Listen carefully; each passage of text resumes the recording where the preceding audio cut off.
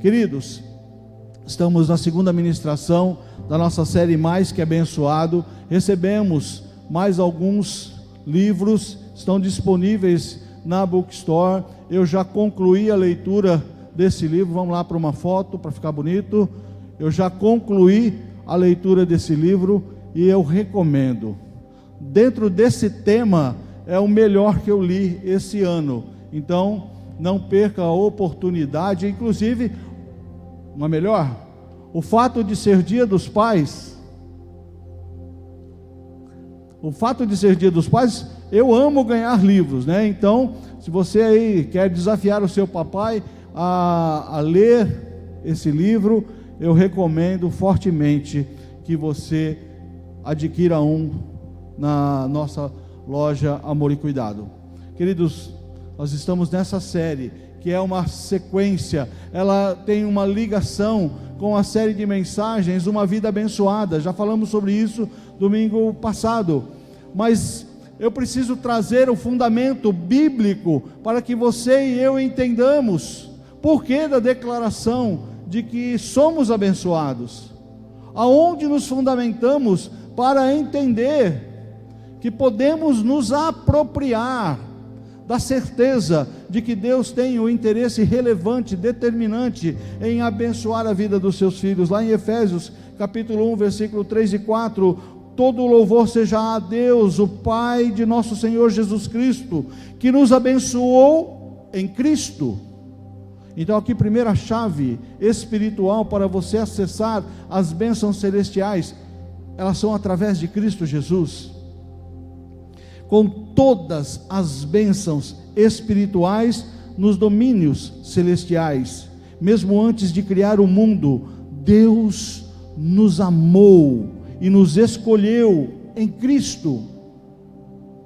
Não é algo que não seja da consciência, do conhecimento de Deus, que você é amado antes da fundação do mundo, para sermos santos e sem culpa diante dele. Efésios também ainda, agora capítulo 3, versículo 20, agora glória seja dada a Deus, que pelo seu grandioso poder operando em nós, há um poder de Deus operando em você, é capaz de fazer, esse poder é capaz de fazer muito mais do que jamais ousaríamos pedir, e tampouco imaginar, infinitamente além das nossas mais altas orações, anseios, pensamentos ou esperanças. Sabe qual é a dificuldade?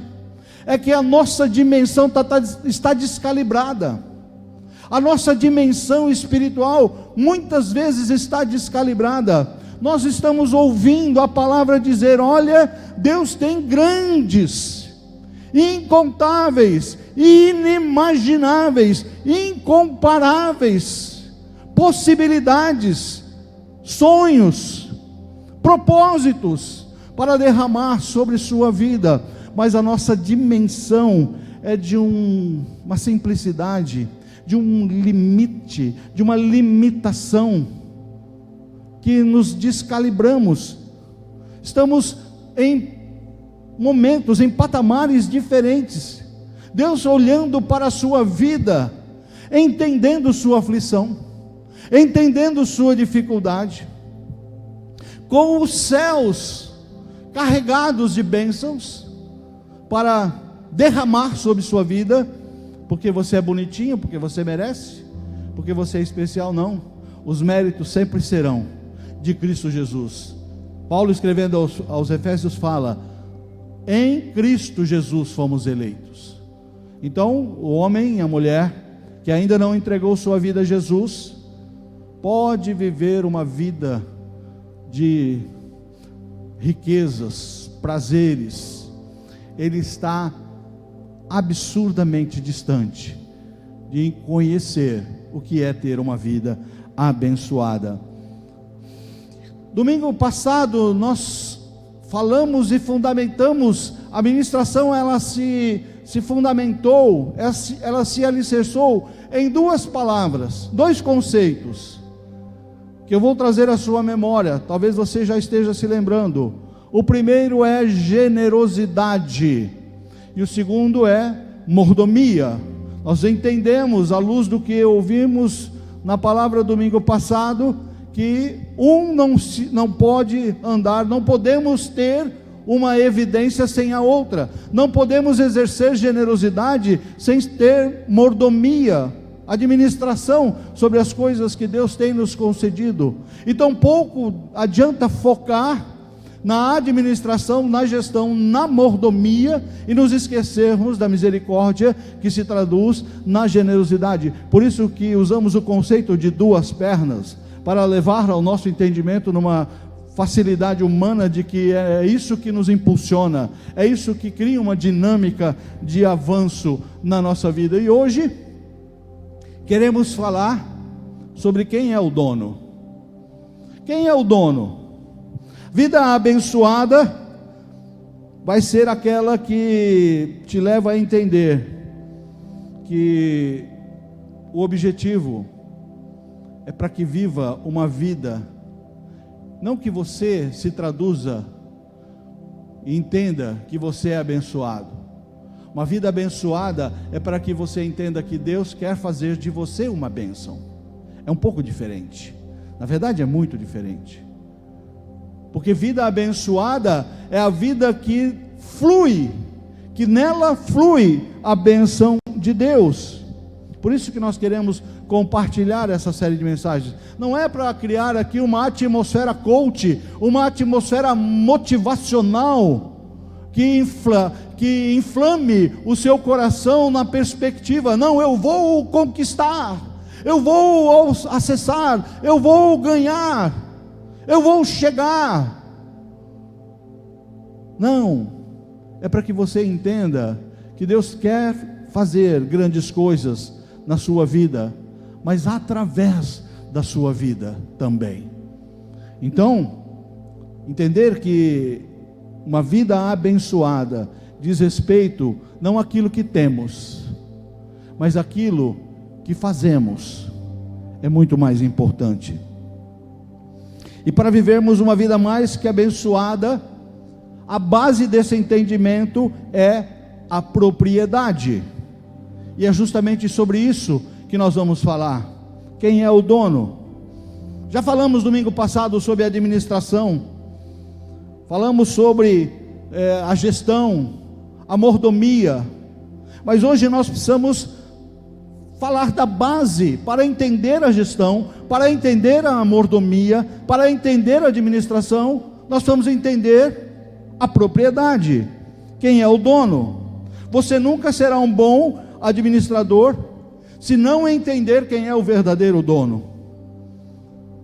Se você não entender, porque muitos fazem a gestão e procuram ser bons mordomos, bons gestores, bons administradores dos recursos que lhes chegam às mãos, agem com responsabilidade, com visão de expansão, mas têm a visão de que isso me pertence, isso é para o meu deleite, isso é para a minha satisfação, isso é para a minha provisão, isso é para minhas gerações, quando na verdade precisamos entender que o dono não somos nós. E isso vai nos ajudar, porque quando você sabe quem é o verdadeiro dono, vem sobre nós um peso de responsabilidade muito maior. Pastor Robert Morris, autor desse livro, ele dá um testemunho. Eu tive minhas filhas estudando fora, alguns aqui já vivenciaram essa experiência de ter e subsidiar os filhos que estão estudando fora, e eu tive duas, e ele conta que quando a sua filha foi estudar na faculdade, ele deu para ela um cartão de crédito, deu todo aquele sermão particular e peculiar de responsabilidade. Era uma jovem responsável, mas pai é pai, pai cuida, pai acompanha, e logo ele se apercebeu que as despesas da sua filha com combustível e alimentação estavam além do normal. Mas ela é uma jovem, ela não pode comer tudo isso, ela não pode ter tantos gastos com alimentação como eu estou vendo aqui. O carro dela é um carro comum, um carro simples, um carro econômico, ela não gastaria tudo isso de combustível. Ligou para a filha: filha, o que está acontecendo? Por que as suas despesas com alimentação e combustível estão tão distorcidas? E ele já antecipou a resposta: você tem abastecido o carro dos seus amigos com o cartão que eu lhe dei. Você tem subsidiado a alimentação dos seus amigos com o cartão que eu lhe dei. Sim, pai, porque eu aprendi do Senhor os princípios da generosidade. Ela foi certa, ela não estava errada. Mas sabe o que o pai falou para ela? Fala: tudo bem, uma bela iniciativa, um belo posicionamento. A questão é que você não está gastando o seu dinheiro, você está sendo generosa com o meu dinheiro. Estão entendendo? Ele estava falando e ensinando para a filha: não é seu, e porque não é seu, você não pode gastar. Não importa que o seu coração, a sua intenção seja virtuosa, como era, não lhe pertence.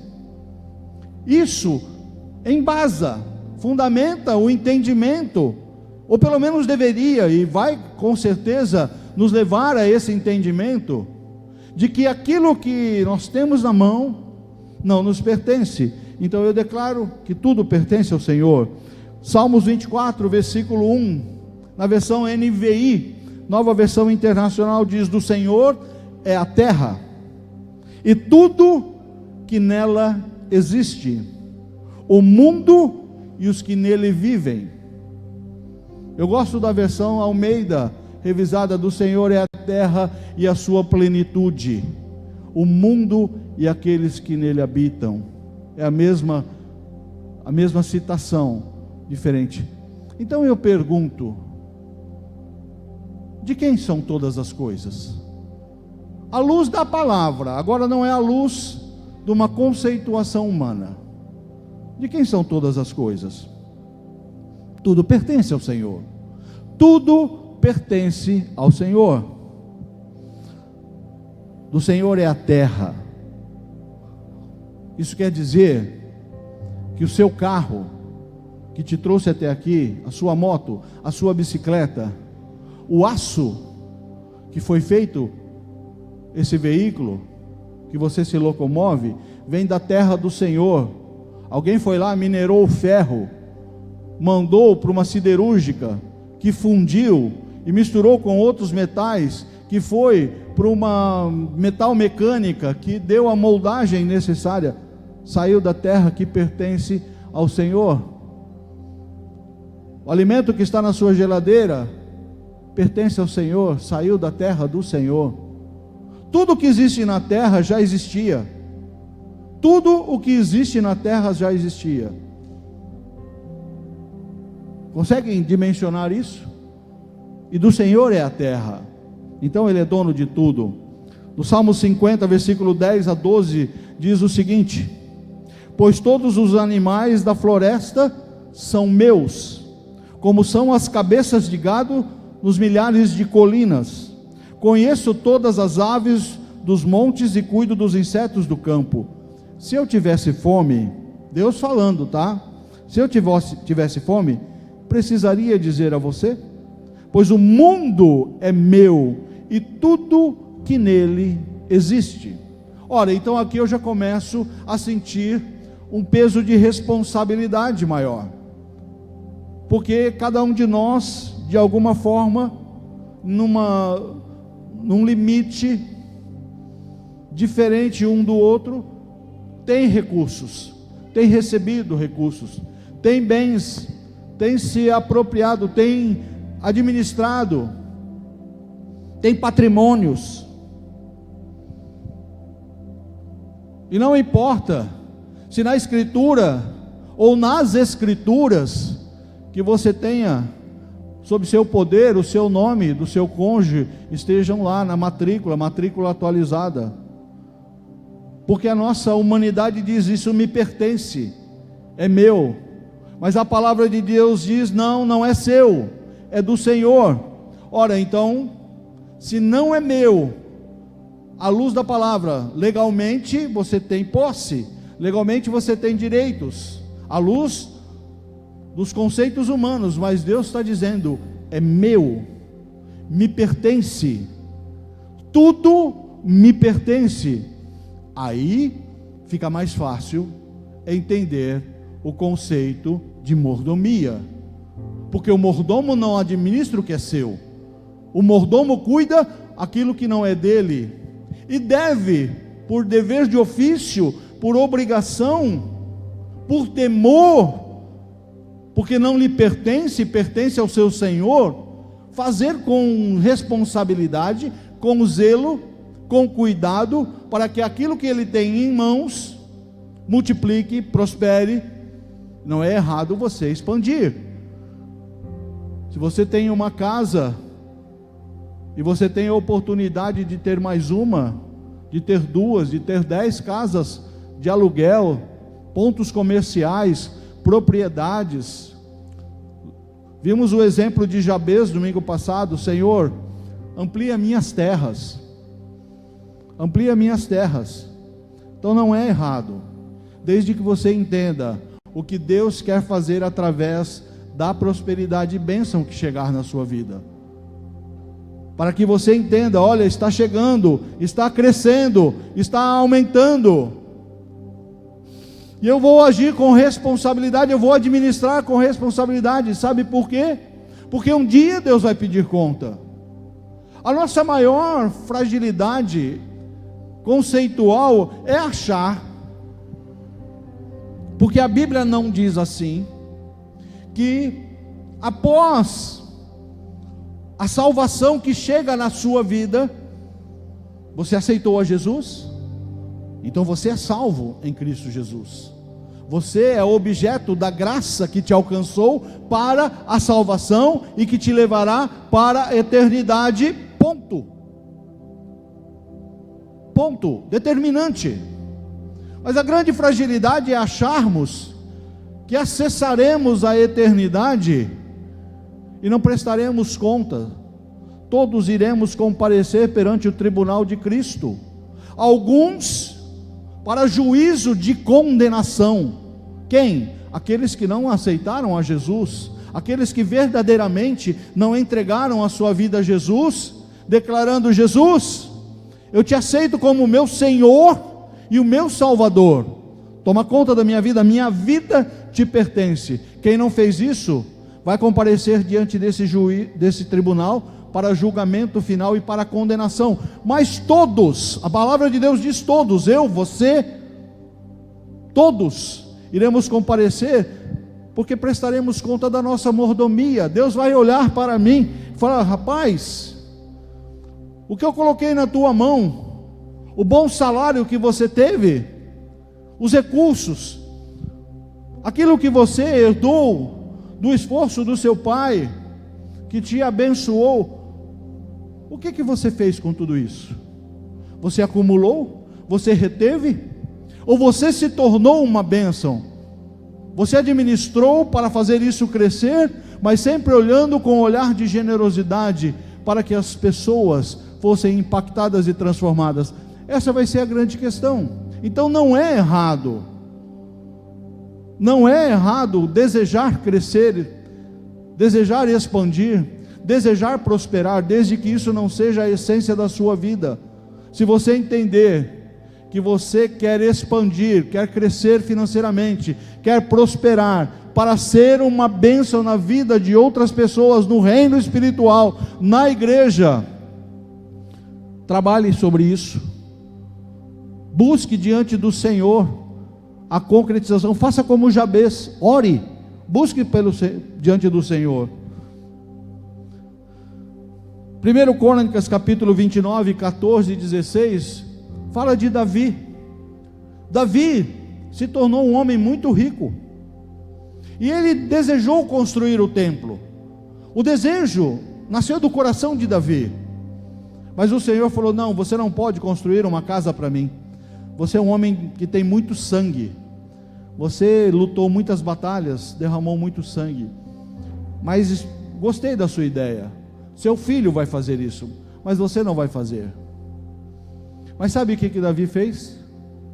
Davi, diferente do que muitas vezes nós, diante de uma negativa do Senhor, diante de um direcionamento do Senhor, Davi não se entristeceu. Ele não queria uma placa de bronze lá no templo. Essa obra foi executada pelo grande rei Davi. Ele não queria isso. Ele queria honrar e glorificar a Deus. E quando você quer usar o que você tem nas mãos para glorificar a Deus, independe de quem vai ser o executor. Sabe o que Davi fez? Ele acumulou muita riqueza. Ele juntou muitos tesouros, porque ele queria facilitar a vida do seu filho. Mas olha o que ele fala: mas quem sou eu e quem é o meu povo, para que pudéssemos contribuir voluntariamente assim? Tudo vem de ti, nós apenas te demos o que vem das tuas mãos. Diante de ti somos estrangeiros e forasteiros, como os nossos antepassados. Os nossos dias na terra são como uma sombra, sem esperança.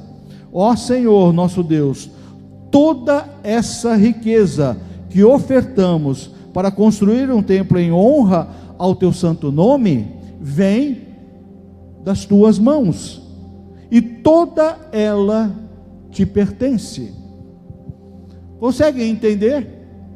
O entendimento: olha, eu não estou dando nada, eu só transfiro, estou transferindo para o dono. Tudo te pertence, Senhor. Se é para fazer algo, se o Senhor está direcionando para fazer algo, Senhor, o que o Senhor quer dos meus recursos? Desses recursos que estão nas minhas mãos, que te pertencem, o que o Senhor quer acessar? Essa é a lição aqui. Quando você entende que tudo é de Deus, então você entende que o dinheiro que está na sua conta, que você não conseguiu porque fez hora extra naquele mês, para aumentar a sua renda, você conseguiu porque Deus te deu. Ah, pastor, mas eu trabalhei 30 dias, e as leis trabalhistas dizem que eu tenho direito, e por isso que eu recebo esse salário. Então Deus não tem acesso e não tem controle sobre o seu emprego. É assim que você pensa. Deus não tem controle sobre a empresa que te empregou, ou a empresa que te pertence. O que nós lemos no começo: do Senhor é a terra e tudo que nela existe, inclusive o seu emprego, inclusive a empresa que te emprega, inclusive a sua própria empresa. Tudo pertence ao Senhor. E quando você aceita isso, quando você interioriza isso, que tudo é de Deus, a mentalidade do homem muda. Porque quando Deus pede para dar algo de forma extraordinária ou extravagante, não cria um bloqueio. Não cria um bloqueio. Ah, não, mas isso vai mexer com as minhas economias. Se eu fizer essa oferta, ou se eu fizer essa contribuição, vai descalibrar o meu orçamento. Isso é quem pensa que é dono. Porque quando você entende que o dono é Deus, e Deus verdadeiramente, porque aqui não tem a sabedoria e discernimento. Entenda que você tem que ouvir a voz de Deus, não a voz de homens. Fale com Deus, converse com Deus, peça validação ao Senhor. Que Deus não vai deixar você na dúvida. Mas se Ele falar, se Ele trouxer a você uma resposta determinante, o que você vai fazer? Se Deus pedir algo extravagante para você, se o Espírito Santo tocar no seu coração para você fazer algo extravagante, o que você vai fazer? Vocês se lembram do encontro de Jesus com o jovem rico? Aquele jovem rico muitas vezes resume o que somos. Ele tinha muitas posses, a Bíblia diz isso. Ele era muito rico. Além de ser muito rico, aquele jovem, ele tinha uma rotina, ele tinha uma vida cristã. Ele conhecia a lei, ele era cumpridor da lei. À luz da necessidade e do parâmetro, do padrão daquele tempo, aquele jovem, ele era 100%.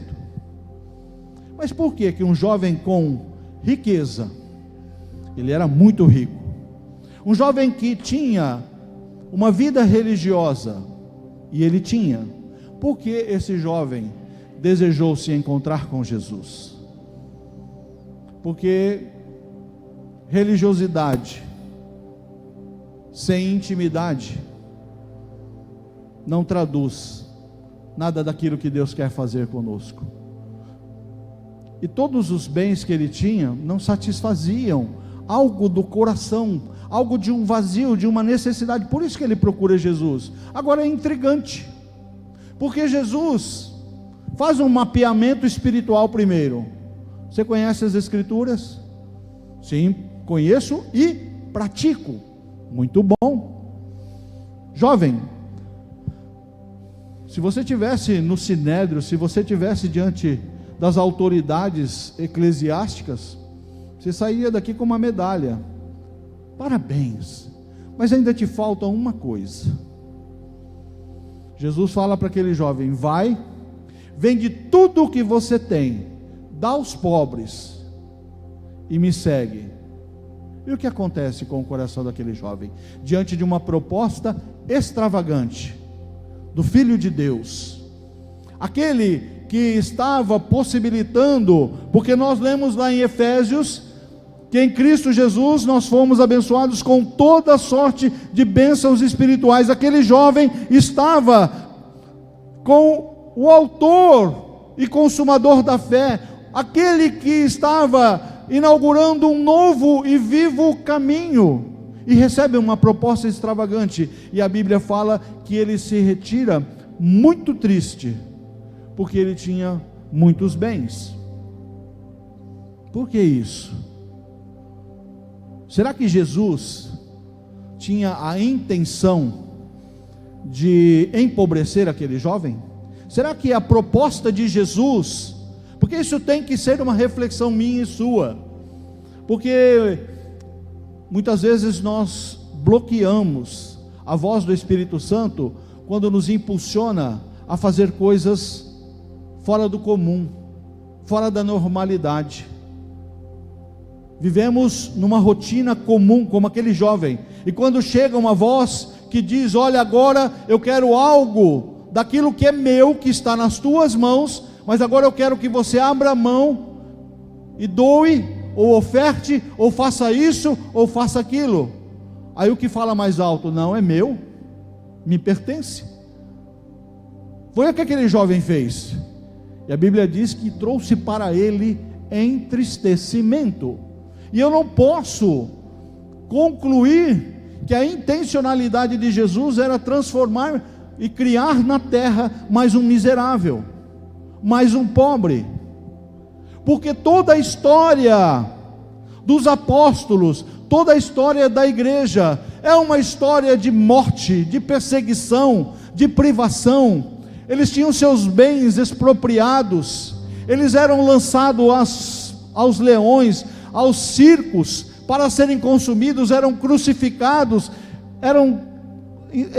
serviam como lâmpadas, tocavam fogo nesses homens e mulheres, crianças, seja o que for, mas eles alegremente recebiam essa sentença. Sabe por quê?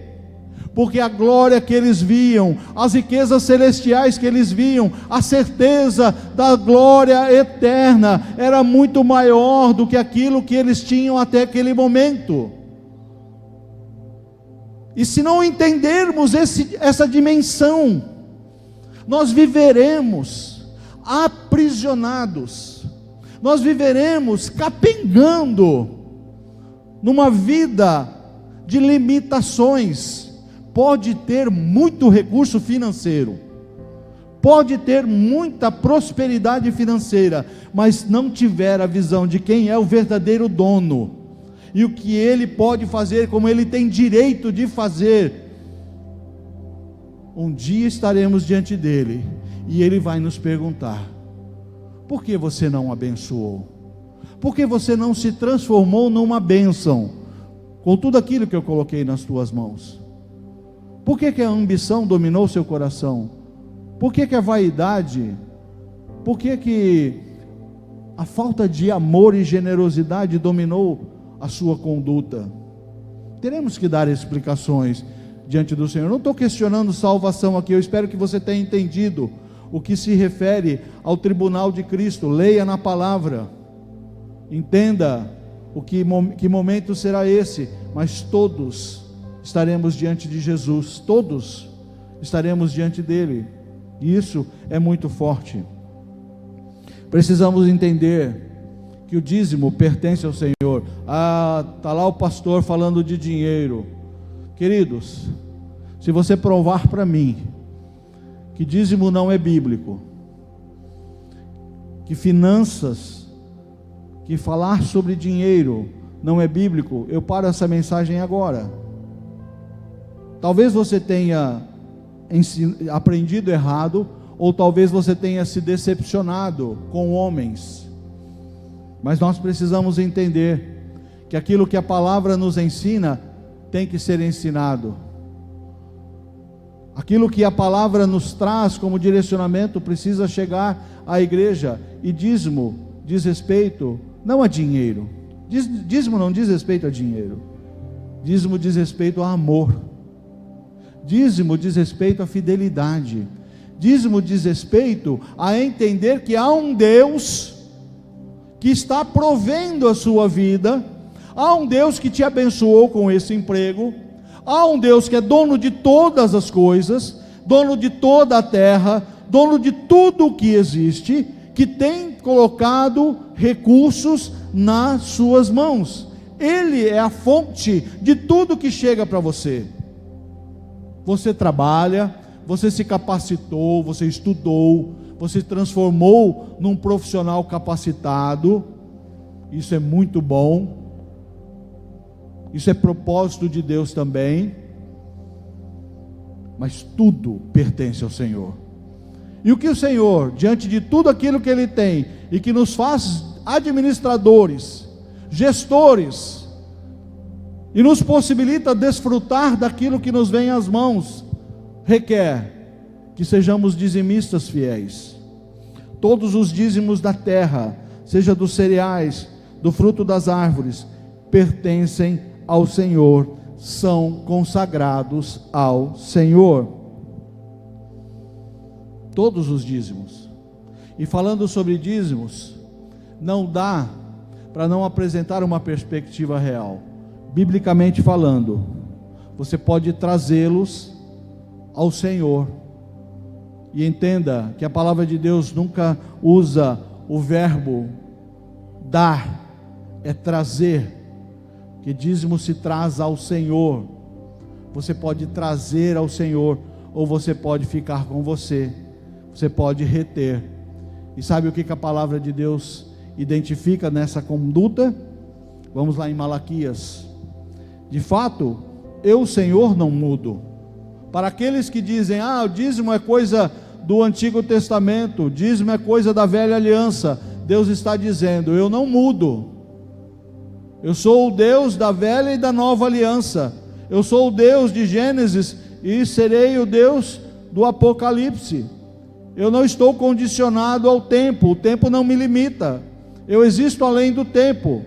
Eu sou, eu não existo. Deus não existe, Deus é, e Ele é além do tempo. Eu não mudo, por isso vocês, descendentes de Jacó, não foram destruídos, porque se Deus mudasse, nós teríamos sido destruídos. Desde o tempo dos seus antepassados, vocês se desviaram dos meus decretos e não lhes obedeceram. Voltem para mim, e eu voltarei para vocês. Vou fazer uma parte aqui. O Senhor está dizendo, você que está em desobediência, você que está em infidelidade, você que está na dúvida, você que está aprisionado pela sua racionalidade, você que se deixou dominar por uma circunstância adversa que está prevalecendo sobre sua vida, o Senhor está falando, volte-se para mim. Você se afastou de mim porque você entrou num ambiente de racionalidade, de domínio, de posse, e o Senhor está falando, volte-se para mim e eu voltarei para vocês, diz o Senhor. Mas vocês me perguntam, como voltaremos? E o versículo 8, pode o homem roubar a Deus? Pode o homem roubar a Deus, igreja? Como que roubaríamos a Deus? Contudo, vocês estão me roubando. E ainda eu pergunto: como te roubamos, Senhor? Em que momento acessamos as tuas riquezas e nos apropriamos dela? Nos dízimos e nas ofertas. Vocês estão debaixo de grande maldição, porque estão me roubando. A nação toda está me roubando. Tragam o dízimo todo ao depósito do templo, para que haja mantimento em minha casa. Ponham-me à prova, diz o Senhor, e vejam se eu não abrirei as comportas dos céus e derramar sobre vocês tantas bênçãos que nem terão onde guardá-las. Impedirei as pragas de devorarem suas colheitas, e as videiras dos campos não perderão fruto, diz o Senhor. Então todas as nações chamarão vocês de felizes. Queridos, uma reflexão: como te roubamos, Senhor? O texto fala. Como roubar a Deus, que é o Senhor dono de todas as coisas? Como roubar a Deus, que é o Deus Todo-Poderoso, o Deus do impossível? Se eu tivesse, de alguma forma, poder para acessar as riquezas celestiais e me apropriar delas, elas ainda seriam do Senhor.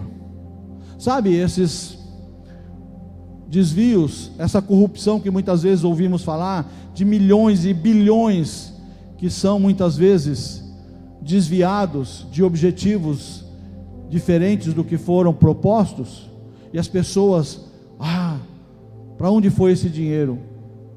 Ainda pertence ao Senhor. Tudo que está na terra pertence ao Senhor. Então ainda continua a pergunta: como roubar a Deus? Sabe como roubamos a Deus? Entenda agora. Deus quer te abençoar. Deus quer que você entre debaixo de um princípio bíblico, de um princípio que Ele estabeleceu, que é o dízimo, para te abençoar. Mas quando nós não estamos debaixo desse princípio, roubamos Deus, não o dinheiro, mas a possibilidade dele ser fiel ao princípio. Ele quer te abençoar, Ele quer se manter e se manterá fiel ao seu princípio, mas você está fora dele, você se afastou, você duvida, você não crê, você olha para a sua matemática racional e fala: não é possível, não dá. Então você está roubando de Deus aquilo que Ele quer fazer na sua vida. Transformações, não só transformações na área financeira, essa é a da menor complexidade para Deus. Essa é a da menor complexidade para Deus. Quarta-feira nós tivemos a nossa célula lá, alguns testemunhos, e um deles foi impactante, num cenário de impossibilidade e improbabilidade. Um irmão traz o testemunho pessoal dele, e quando é testemunho não dá para você questionar, porque a pessoa está falando: isso aconteceu comigo. Deus o abençoou. Ele relata o que Deus fez com o mesmo salário, com o mesmo emprego, o que Deus fez na vida dele. Mas ele fala: não foi na vida financeira, porque a minha família está diferente. Eu tenho comunhão com meu filho, o meu filho tem comunhão com a sua família, há uma atmosfera diferente no meu lar. Então, vida abençoada não é só sobre dinheiro, também é, mas quando roubamos a Deus, roubamos essa execução. É isso que Deus quer fazer, mas só fará porque Ele é fiel à sua palavra, e Ele não muda. Nós lemos sobre isso: eu, o Senhor, não mudo. Mas nós queremos que Deus nos trate de uma forma diferente. Senhor, o Senhor não está vendo a minha situação? Senhor, o Senhor não está vendo o caos que está na minha vida, na minha família, na minha empresa, nas minhas finanças? Senhor, o Senhor está insensível? Então queremos que Deus traga sobre nós aquilo que Ele pode fazer, aquilo que Ele tem poder para fazer, mas nós mesmos não queremos nos submeter àquilo que Ele estabeleceu para as nossas vidas. Queremos que Deus se amolde a uma realidade particular de cada um de nós. Vocês se lembram daquele filme, O Todo-Poderoso, do Jim Carrey, que ele toma o lugar de Deus, né? E de repente, ele se esquece das orações, ele vai olhar as orações, e começa a chegar milhares e milhares de oração, e muita gente pedindo dinheiro, muita gente pedindo para ganhar na loteria. Ele pega, dá um comando, e todo mundo ganha na loteria. Aí quando todo mundo ganha, o prêmio é nada, é caótico, o mundo se torna um caos, porque esse Deus, representado naquele filme, é um Deus que fala: bom, deixa eu resolver o seu problema, mas deixa, do jeito que você está mesmo, eu vou resolver o seu problema, eu vou tentar resolver o seu problema também, e o mundo se torna um caos. A ordem no universo, estabelecida pelos princípios da palavra, há uma ordem perfeita no universo, e quem sustenta essa ordem é o Deus criador de todas as coisas, e que tem poder sobre todas as coisas. Acha mesmo que Ele não pode fazer algo para transformar a sua vida? Acha mesmo que não há da parte de Deus a capacidade, o interesse, o desejo de transformar a sua vida relacional, financeira, emocional, circunstancial, seja o que for? Acha mesmo? Agora, tem princípios, tem algo que você precisa fazer.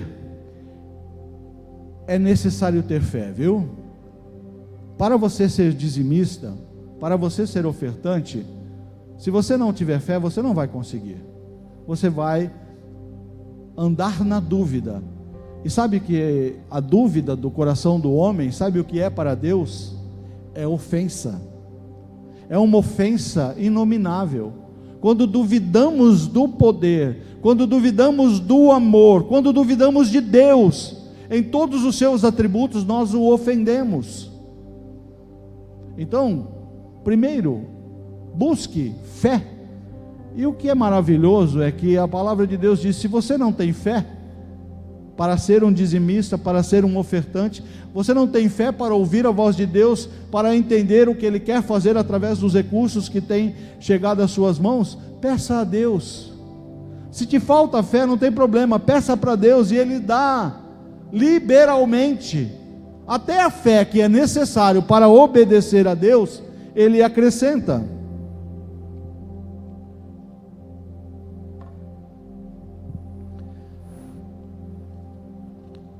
E um último tópico.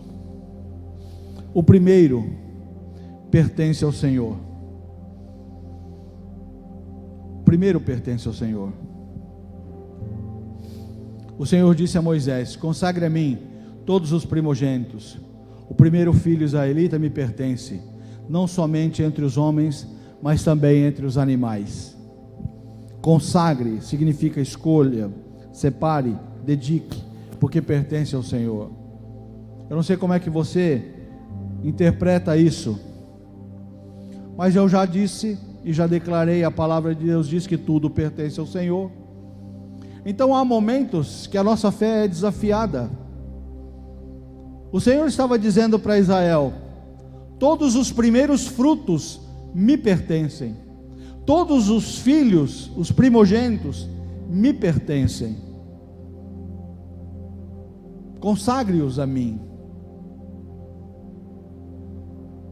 De manhã eu dei um testemunho, nunca tinha falado sobre isso, mas achei que era pertinente para esse momento. Quando eu fui convidado, eu e minha esposa, ela ainda não era pastora, fomos convidados para assumir a direção dessa igreja, porque o pastor anterior havia renunciado ao pastorado. Nosso bispo nos chamou a Araçatuba para uma conversa, e ele nos desafiou: vocês aceitam assumir o pastorado da igreja? Pensem sobre isso. O pastor, na época ele não era bispo, pastor Marcelo, o Senhor já falou isso no nosso coração, isso já é uma certeza da vontade de Deus no nosso coração, conte com o nosso sim. Muito bem, mas tem uma outra questão: você não pode receber salário por 6 meses. Eu já estava desempregado. Por 6 meses nós vamos abençoar a vida do pastor anterior. Tudo bem, não tem problema. Deus me sustenta, Deus continua me sustentando, e eu não estou aceitando esse desafio por conta do salário. Então, por 6 meses, eu já assumi o pastorado da igreja, mas eu não recebia salário. A única pessoa que sabia disso já não está mais nessa igreja, que era o tesoureiro da época. Mas chegou o mês do meu primeiro salário.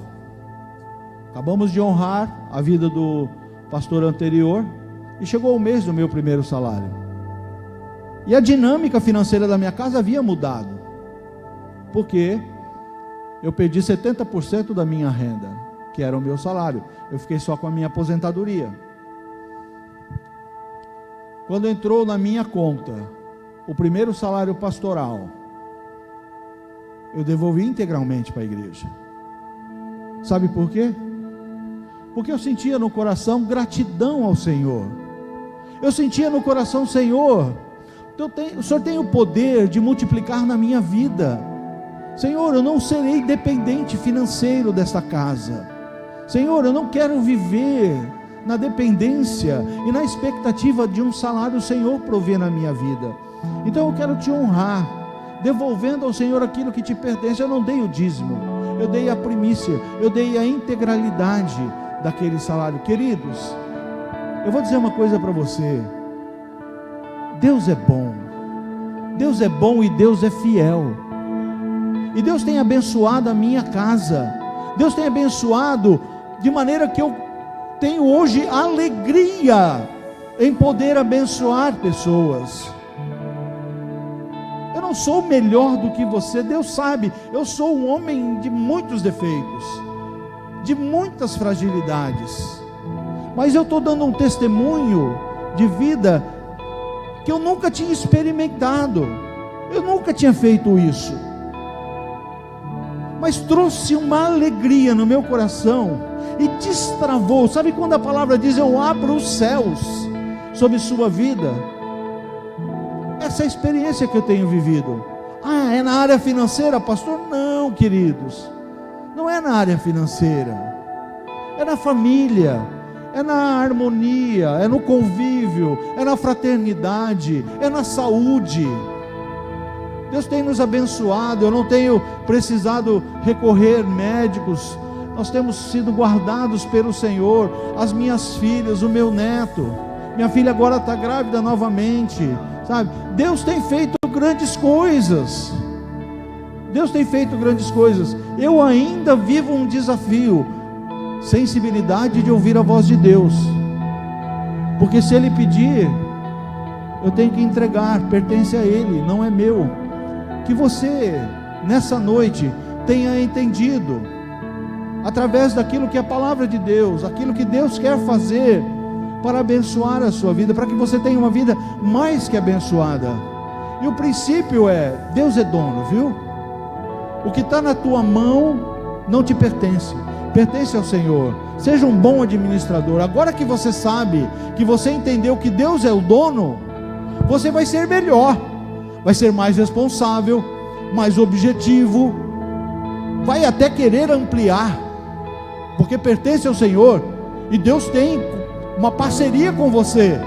E quando você diz: Deus, junta aqui comigo, me dá capacidade, me dá forças, entendimento, sabedoria, vamos ampliar isso aqui, porque eu entendi, porque se vem na minha mão e eu faço fluir para abençoar vidas, o Senhor é dono do ouro e da prata, e vem em você um canal de bênção, Ele vai fazer fluir bênção sobre você.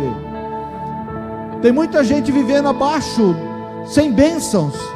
Tem muita gente que está vivendo e não pode dizer que tem uma vida abençoada, porque travou. Quer receber para si primeiro, para depois dizer: Senhor, agora dá, agora eu vou ser um homem generoso. Não.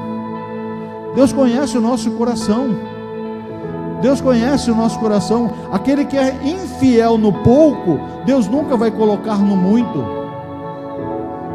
Eu não sei qual é a sua realidade de vida, Mas seja ela singela, seja ela austera, seja ela de grandes coisas, não te pertence, pertence ao Senhor.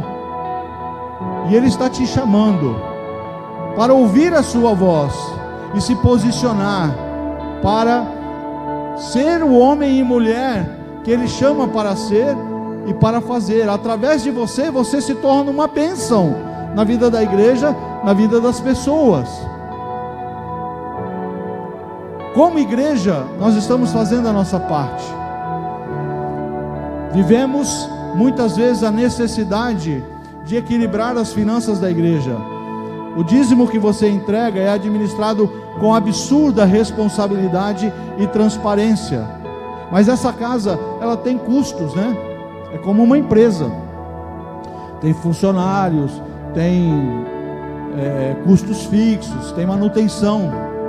Então nós estamos cortando aonde podemos cortar, porque queremos pôr na prática aquilo que estamos ensinando. Aplicar na vida da igreja, na gestão da igreja, aquilo que estamos aprendendo na palavra e nessa série de mensagens. Não podemos gastar mais do que temos. Precisamos entender que o Senhor é aquele que é o dono dessa igreja, e Ele nos cobra uma boa administração. Faça isso na sua vida também. Deixa Deus dominar o seu ambiente.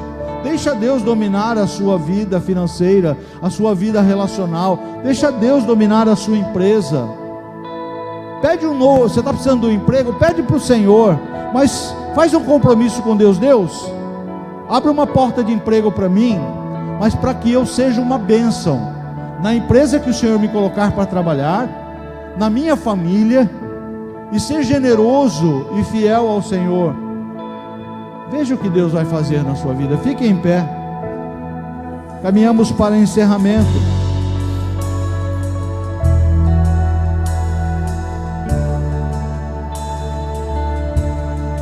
Do Senhor é a terra e tudo o que nela existe, o mundo e aqueles que nele vivem.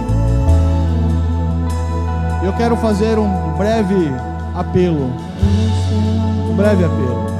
Tem alguém aqui nessa casa, nesse lugar, que em nenhum outro momento, se você já fez isso, é definitivo, já é a realidade na sua vida.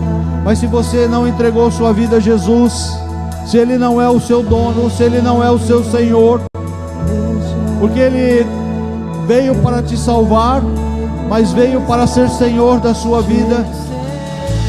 Se essa não é a sua realidade, se tiver alguém aqui que quer entregar a sua vida a Jesus, declarando: Senhor, vem ser Senhor da minha vida, vem ser o meu Salvador, eu quero entregar o meu coração e tudo que sou e tenho nas tuas mãos. Tem alguém aqui? Levante a sua mão aonde você está. Você que nunca entregou sua vida a Jesus, tem alguém aqui? Amém? Isso quer dizer que todos aqui sabem do que foi dito aqui, porque tem a identidade da salvação em Cristo Jesus. Agora nos falta entender que muito mais do que ser salvo, Deus quer nos tornar bênçãos para esses dias. Deus quer fazer de nós agentes da sua bênção. Mas eu também quero orar para encerrar pela restauração financeira, relacional, restauração de ambientes que estão corrompidos, caóticos, quebrados, bagunçados. Se você está vivendo um momento angustiante, difícil, seja em que circunstância for, particularmente na área financeira, porque essa é a área que mais nos acomete, venha até aqui à frente e rapidamente eu quero orar por você. Venha se você tem fé. A fé é indispensável para o agir de Deus, viu? Se você tem fé que Deus pode fazer transformações, revoluções, venha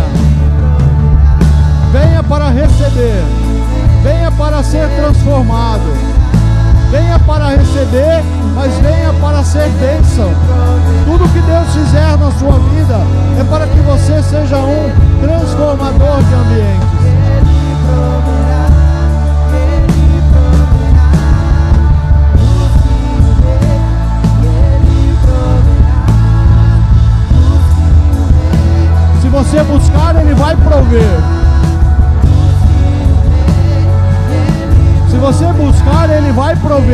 estamos cantando. Ele tem como prover na sua vida. Ele tem provisão. Ele é um manancial inesgotável. Ele é a fonte de bênção. Ele é a fonte de água viva. Ele é o único capaz de transformar a sua vida. Ele é o único capaz de tocar na sua vida e transformá-la. Busca o Senhor, porque Ele quer ser encontrado por vós.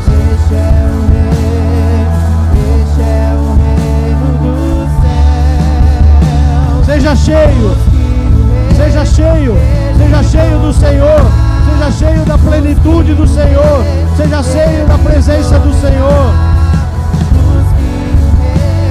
Eu quero declarar sobre sua vida renovação, restauração. Eu quero declarar sobre a vida da igreja bênçãos de transformação na área financeira, bênçãos de portas de emprego. Quero declarar sobre a vida da igreja que o Senhor vai transformar a realidade financeira, a realidade de casamentos, a realidade de saúde. Deus pode e vai fazer segundo o seu propósito de amor. Nós cremos. Deus é soberano. Deus é soberano. Todas as coisas estão submissas à sua vontade. Mas, Pai, pela tua graça e misericórdia, pelo teu amor incomparável, olha para a necessidade, olha para as urgências, olha, Senhor, para cada um que está aqui e deposita diante do Senhor um clamor, diante de uma necessidade extrema. Senhor, tu podes fazer. Nada é impossível para o Senhor. Mas, Pai, em nome de Jesus, que o teu Espírito Santo nos transforme em homens e mulheres generosos, fiéis, dizimistas fiéis, fiéis ao Senhor, entendendo que tudo lhe pertence e que temos na nossa mão é do Senhor e queremos ser bons administradores. Pai, toca nosso entendimento e transforma cada um de nós em homens e mulheres alinhados com os céus. Assim nós declaramos, assim nós desejamos. No nome maravilhoso de Jesus oramos. Amém, amém e amém. Glória ao Senhor, glória ao Senhor.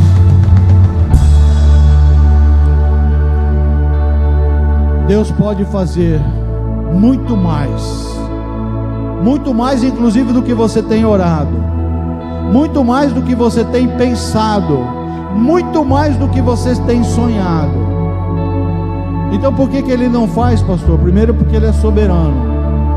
Segundo, porque Ele conhece o nosso coração. E talvez nos falte o posicionamento de revelar ao Senhor fidelidade, submissão ao controle que Ele quer exercer sobre nós.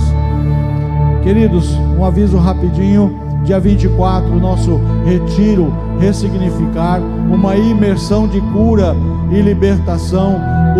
Esse retiro Ressignificar não é exclusivo para quem está participando do Método Soul, pelo contrário, é para a igreja toda. Convido você a fazer a sua inscrição e falar do Face a Face para homens, dia 6, 7 e 8 de setembro. Finalzinho de agosto, última semana de agosto, eu tenho que estar com todas as fichas em mãos, sabendo os homens que vão tanto passar quanto vão trabalhar. Não perca a sua oportunidade, ainda temos vagas. Pegue uma ficha ali na central de membresia. Amém? Ergam suas mãos, recebam as bênçãos apostólicas. Que o amor de Deus, a graça infinita de Cristo Jesus, o nosso Salvador, e as doces, maravilhosas e incomparáveis consolações do Espírito Santo de Deus sejam com todos, hoje e eternamente. Amém. Deus abençoe sua vida. Deus abençoe sua vida.